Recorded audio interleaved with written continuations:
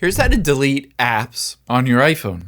Now, there are two primary ways to be able to delete apps on your iPhone, either if it's in the home screen or the app library, or you just want to see the list of all of the apps on your iPhone, see which one is the largest, and then delete it out.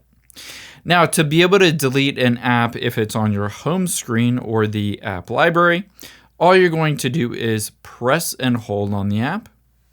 Scroll to the bottom, tap on Remove App, and then Delete App, and then just tap on Delete. However, this might not work for you. It might not give you the option to delete it. If it doesn't, I'll show you another option. Open up the Settings app on your iPhone, tap on General at the bottom, and then tap on iPhone Storage. From here, again, just navigate to that app. Let's say, again, Instagram. Just tap on the Instagram app.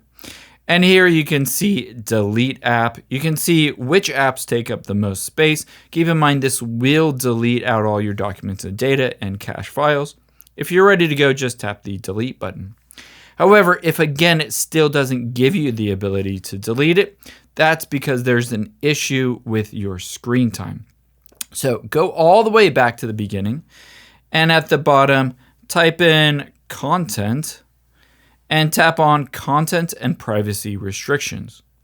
From here, if this is toggled on, potentially it's limiting your ability to delete apps.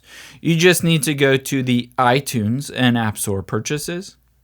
And next to deleting apps, if this is set to don't allow, you won't be able to delete any apps. So switch this to allow, or even better yet, just go back and completely turn off content and privacy restrictions. You might have to enter in a password to do so, and then you'll be able to press and hold and delete the app.